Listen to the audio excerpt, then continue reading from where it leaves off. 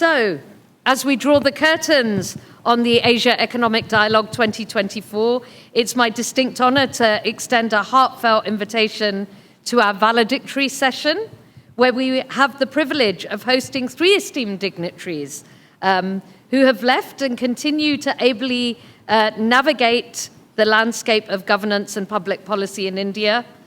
And we'll ask them to ponder on the conference and the theme of India in the era of flux. First of all, I'm delighted to announce Dr. Vijay Kelkar, Vice President of the Pune International Centre, as the chair of our valedictory session. Big round of applause, ladies and gentlemen. There we go. Okay, Dr. Kelkar's towering intellect and unparalleled expertise in economics and public policy have shaped the course of our nation's development journey, from chairing the 13th Finance Commission to leading the IMF's operation in South Asia. His contribution to economic governance are nothing short of exemplary. With a career adorned with prestigious awards and international appointments, Dr. Kelkar embodies the spirit of visionary leadership and intellectual stewardship. And in addition, I would like to welcome onto the stage Ambassadors Sudhir Devare and Gautam Bambawale to join him. And I've already done their introduction, so please give the three gentlemen a big round of applause.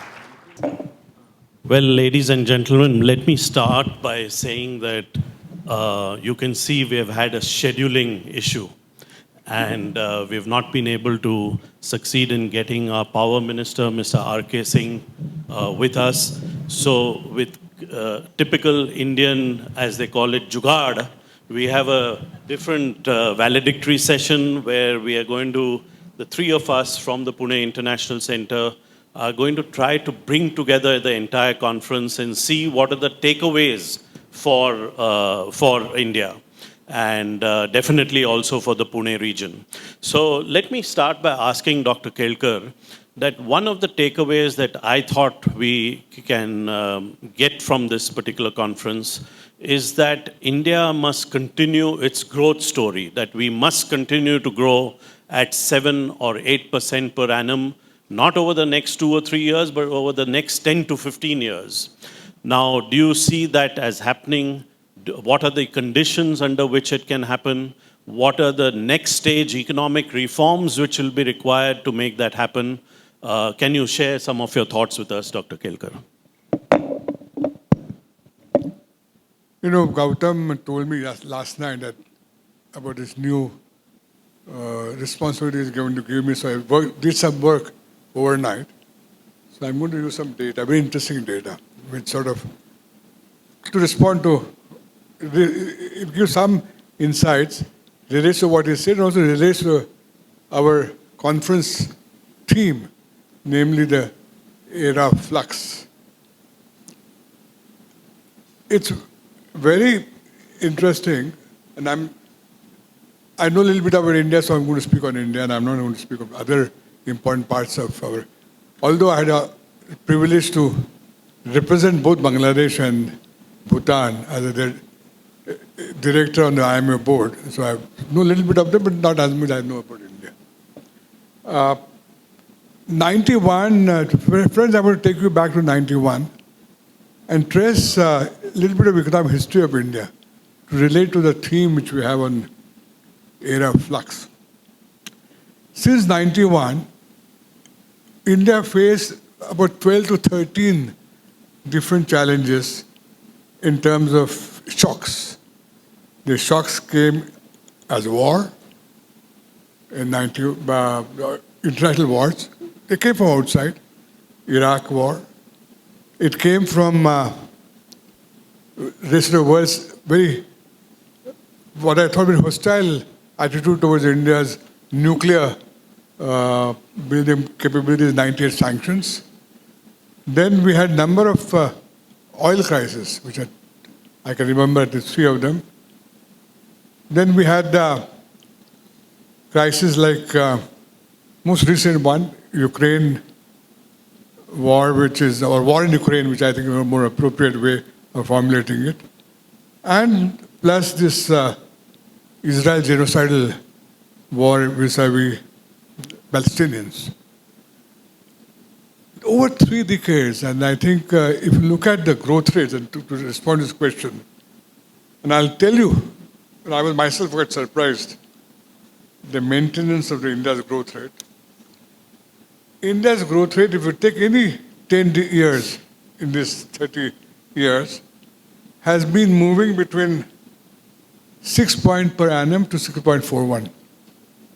There was a remarkable resiliency of Indian economic system, which was done after 91 reforms. And 91 reforms was one important role reforms played because we shifted to a market-based, much more actively the markets, opened up the economy, Indian economy became extremely resilient. And we could absorb these different shocks, and we had different governments, the 4 governments. 91, Mr. Nasser was the Prime Minister. It was followed by the Prime Ministership of Vajpayee ji in 98, 99. It was followed by the Prime Minister of Manmohan Singh, and now Prime Minister of Mr. Modi. So we had 4 different Prime Ministers, but remarkable continuity in terms of economic policies and performance. Every decade we clocked about, on the average, 6 to 7%.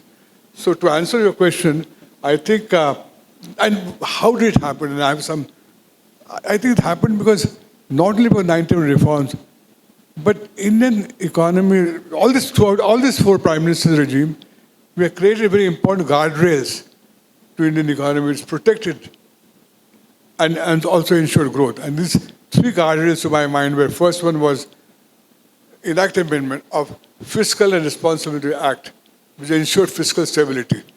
And here I must confess my real admiration for last 5 years of Dr. Sitaraman's management of the Finance Ministry, because she has shown extreme prudence in spite of, oft-repeated advice which she got from the rest of the world, that pump the money, like imitate what US is doing, what UK is doing, but she restrained herself and remarkably maintained. And what helped her was Fiscal Responsibility Act. So that was the first. Second, introduction of inflation targeting for monetary policy, which gave predictability of monetary policy. So this predictability to both fiscal policies and market and monetary policy gave enormous policy stability in the economy, and that allowed private sector to also to grow. And third, and I think here is really great uniqueness of Indian system, remarkable, all these regimes ensured fiscal federalism or cooperative federalism regime, and the crowning glory was the setting of goods and services tax, which made India the one market, which further protected the Indian economy into the crisis. So we did a lot of reforms, all internally driven. And every Prime Minister ensured there is a continuity of the policies. So continuity policies, continuous reforms, and engagement with the rest of the world. Share of export and import in the Indian economy has gone up steadily. So keep door open. I would have liked a little bit more, but the fact that we continue to reduce sort of our barriers against the rest of the world. So that is the way we manage what you call era of flux. And I think that's one important, perhaps, learning rest of many of the countries can have from Indian experience, that this very poor country still maintained growth rate and we achieved the highest sustained growth rate in terms of over the last 30 years.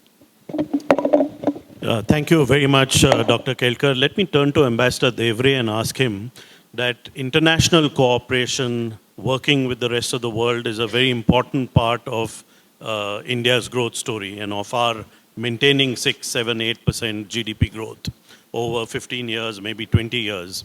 But we also heard that the multilateral trading system is broken and that we are today in an era of either bilateral FTAs or plurilateral FTAs. So what do you think, in what direction should we be moving?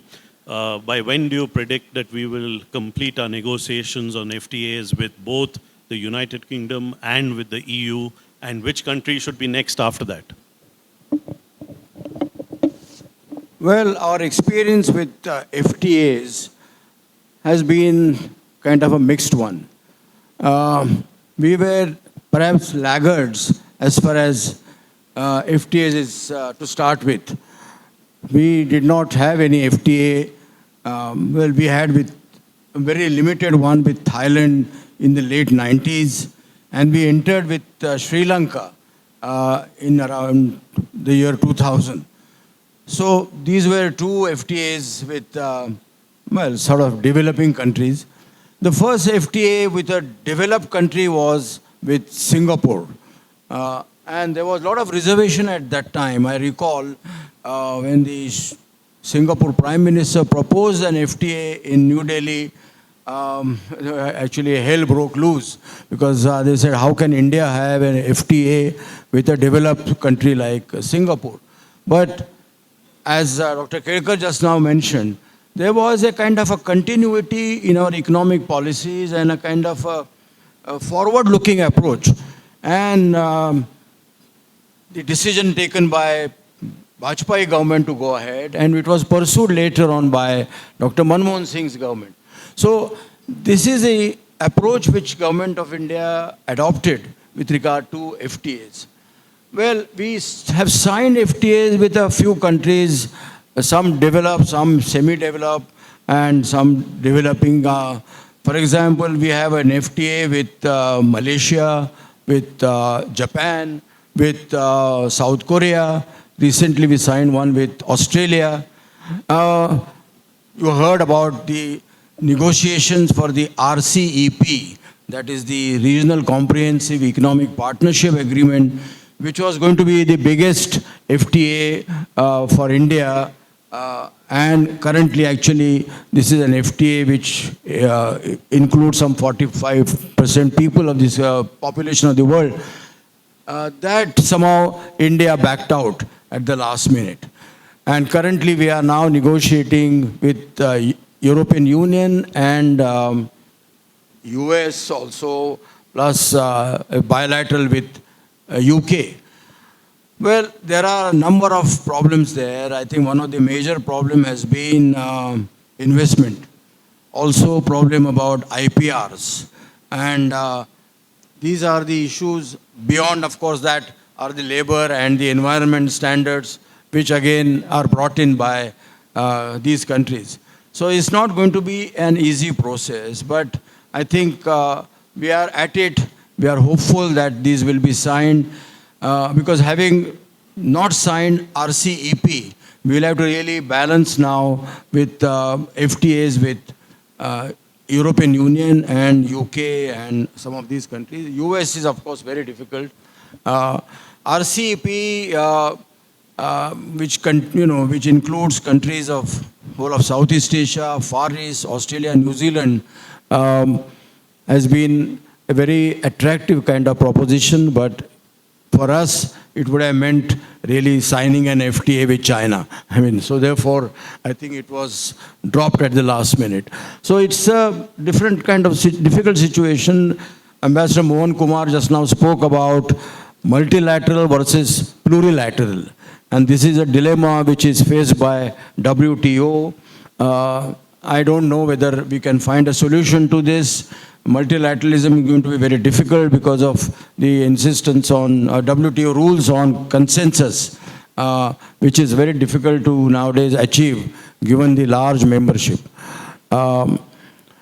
FTAs, again, need to be implemented thoroughly because you find you have FTAs with a few countries like Singapore and Malaysia and South Korea, and they're all asking for review of these FTAs.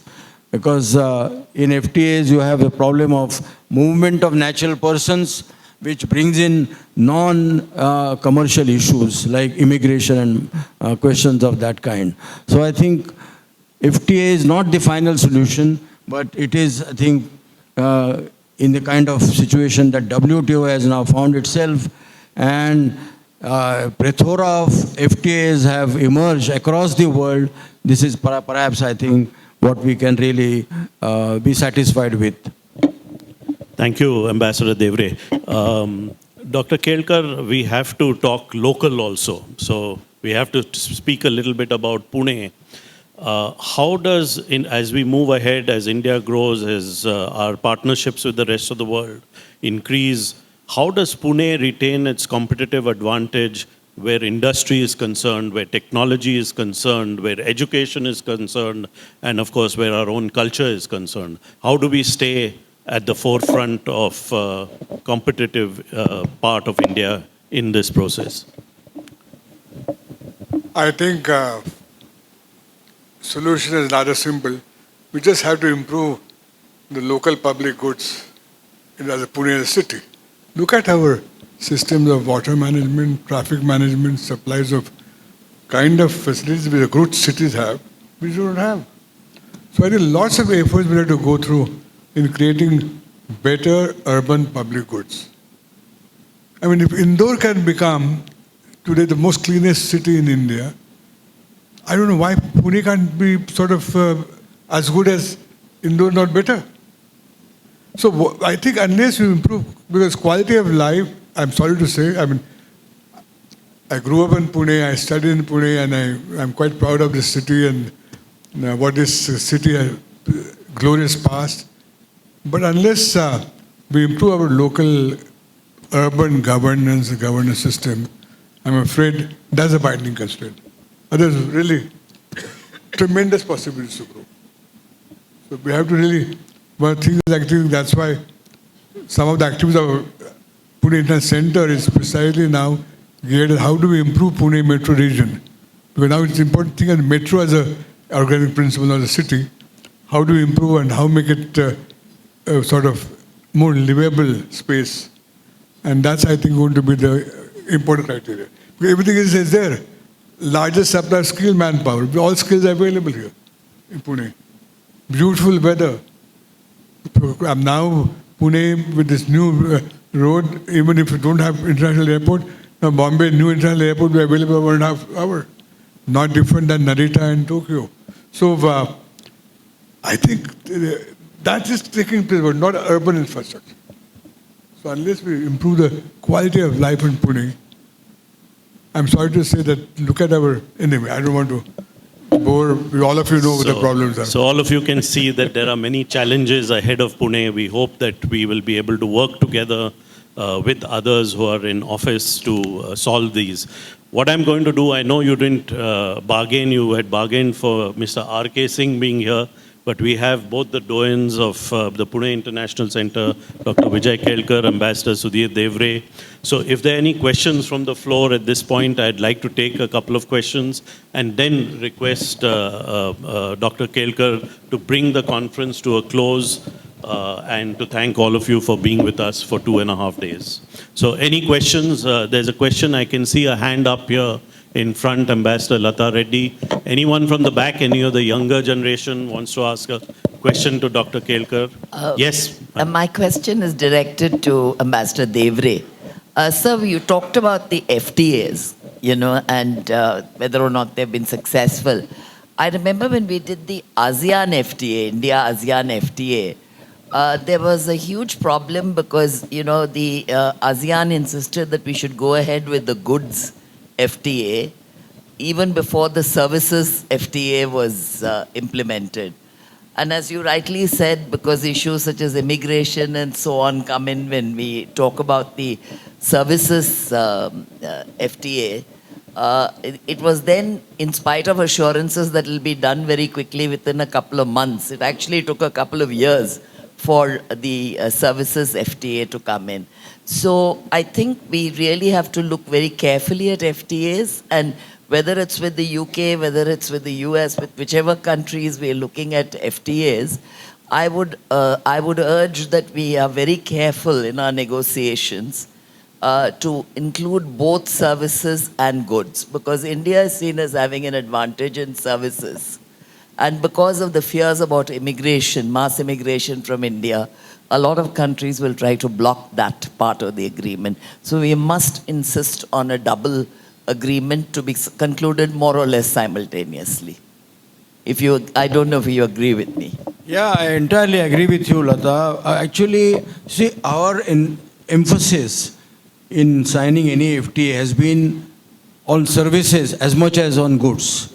we did not want any agreement, FTA, only dealing with goods, because India's strength in in services. Now, the nature of FTAs has also changed over the years. Today, an FTA is a comprehensive one. In addition to goods and services, it also includes movement of natural persons. It includes the recognition of medical facilities, educational facilities, so motor vehicles, and there are, you see, the FTA is no more just a statement of tariffs and so on. It is a much wider agreement between the two countries or region and a country. So I think while we are signing with EU, the issue of IPR, again, this is now brought up by EU in a very forceful way. So that we have to deal with. But on our side, we bring in the issue of services or the issue of the movement of natural persons. So it is a balanced kind of a document which has to finally come out. And therefore, I think the interests of both sides have to be taken into account. Dr. Kelkar, I'll turn to you for some closing remarks as we close the Asia Economic Dialogue for 2024. There are some questions. Madhukar. Yes, please. Yes, we have time for questions. Please. Yeah, if I may take the liberty of asking a question related to critical and emerging technologies, because I would like to have Dr. Kelkar's and Gautam Bambawale's opinion, specifically with regard to China. See, we heard a lot of things which are going on, which is, to my opinion, something like a reaction to what China has done. Now, we have enough examples in India where any kind of sanctions or denials have led to an emphasis on development in those areas. My question to you, Dr. Kelkar, is that when we heard of a lot of sanctions or policies in US which are to prevent China from, let's say, having access to markets or technologies, is it going to have an unintended consequence of even worsening the present situation? Like in India, we have got several examples where we developed certain technologies only because we were denied technologies. So similar thing, if it happens in China, actually it might worsen the situation by accelerating the whole emphasis that China will give in developing exactly those technologies which we want to prevent. So I'd like to have your opinion on this. The effect of sanctions and technology denials.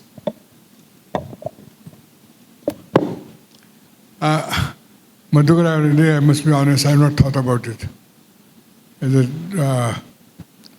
Usually, we say large countries, sanctions don't work. You saw what's happened.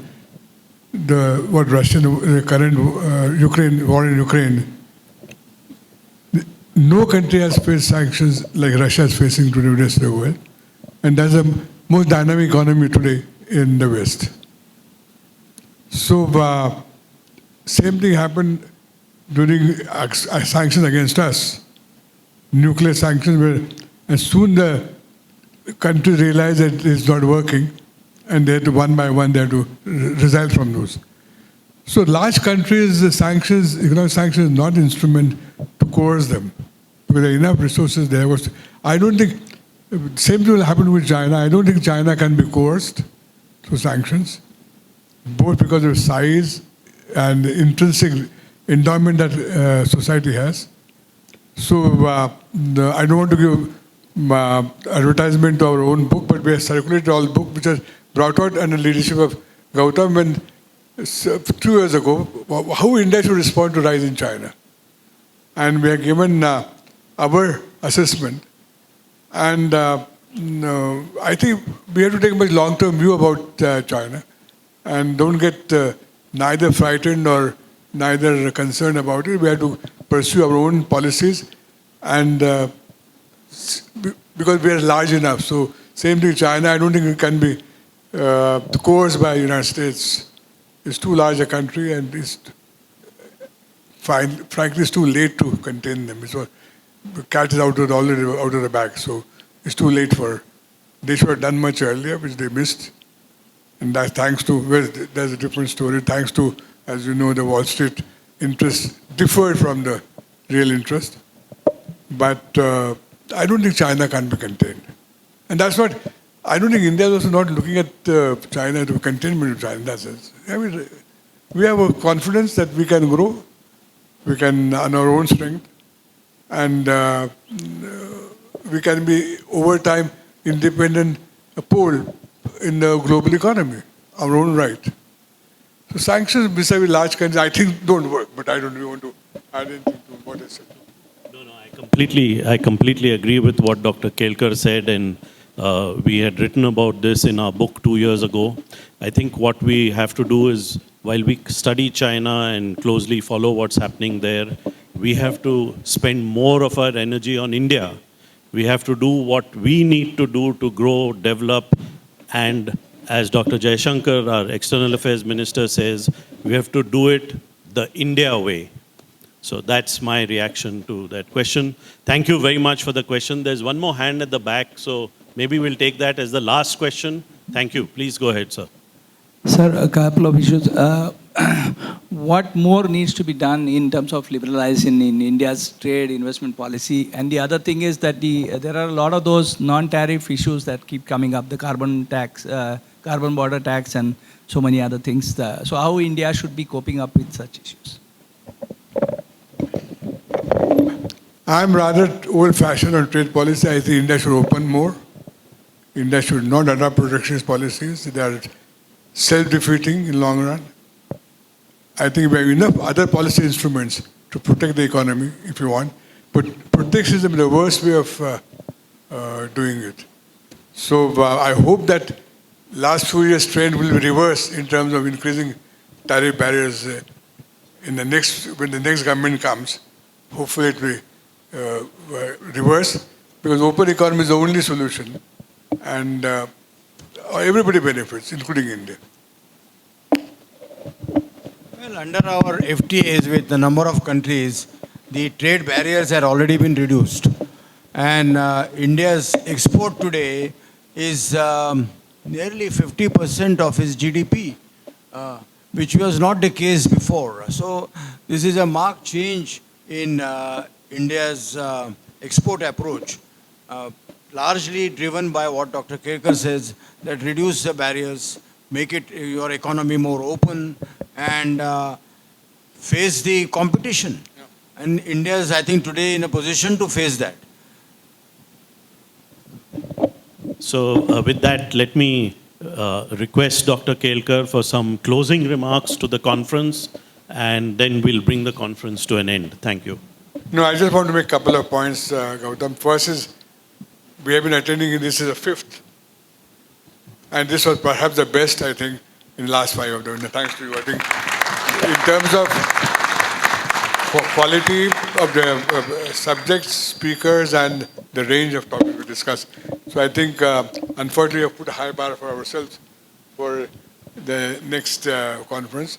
And second, I want to thank the Minister of External Affairs for their continued support, and they have been extremely forthcoming in terms of supporting both material terms and also in terms of ideas, and I hope that that support will continue, because that really gives us a real strength as the MEA is behind us in all our efforts. And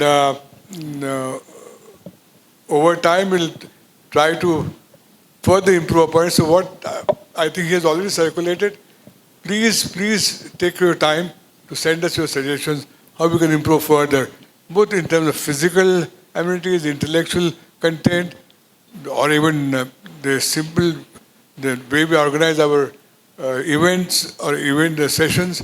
So please feel free. We want more criticism so that we can improve in our coming years. So I want to thank each one of you on my behalf, on Gautam's behalf, and entire our PIC community and all our other partners. Thank you for your support and participation, and high quality participation. And please join me to applaud Gautam. He has been really the man behind this.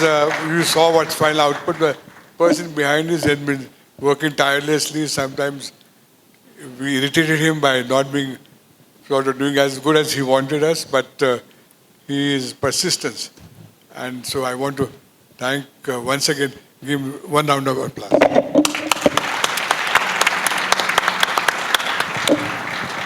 And I think we'll bring the conference to an end with that. But Dr. Kelkar, one last request. I think we should give a token of appreciation to Vandana Saxena Puria, who has worked tirelessly for 2.5 days and done a fantastic job, a marvelous job in being the master of ceremonies. So if I can request you, Dr. Kelkar, to hand over a token of appreciation to Vandana, please.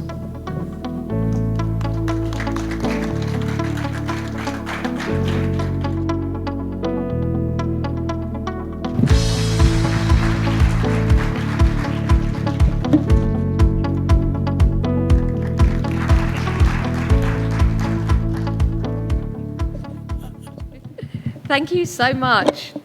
A real honor to be asked to do this, so thank you very much.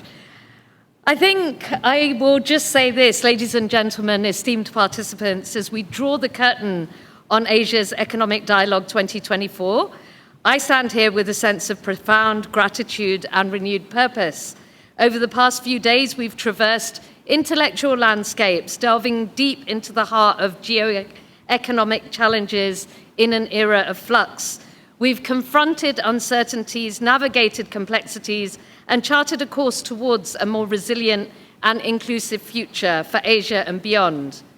But reflecting on these themes that have shaped our discussions, think about what we've done. We've looked at the impact of global dynamics to the transformative potential of generative AI. But we should be reminded of the power of dialogue in shaping our collective destiny. Indeed, the pulse of our times beats with urgency, demanding bold action and innovative solutions to address the pressing challenges of our age, not just for us, but for our children. As we bid farewell to this year's dialogue, let's not retreat into the comfort of routine, but let's carry on forth the spirit of inquiry, collaboration, and action that has defined our time together. The insights gained, the connections forged, and the commitments made here in this conference must serve as catalysts for meaningful change in our respective spheres of influence. I'd be remiss if I didn't express my heartfelt appreciation for Pune International Centre and the Ministry of External Affairs for their unwavering commitment to foster dialogue and driving positive change in Asia and beyond. It's through platforms like the Asia Economic Dialogue that we find the space to engage in critical conversations, challenge prevailing narratives, and explore new frontiers of possibility. So let's keep supporting Pune International Centre with its mission to promote this intellectual exchange, advance research, and catalyse action. And let's hope that next year we will be at the new centre that Dr. Marshalka spoke of in his opening remarks. Let's reconvene, re-energised and reinvigorated to continue our dialogue, deepen our understanding, and shape a brighter tomorrow for Asia and beyond. Thank you very much.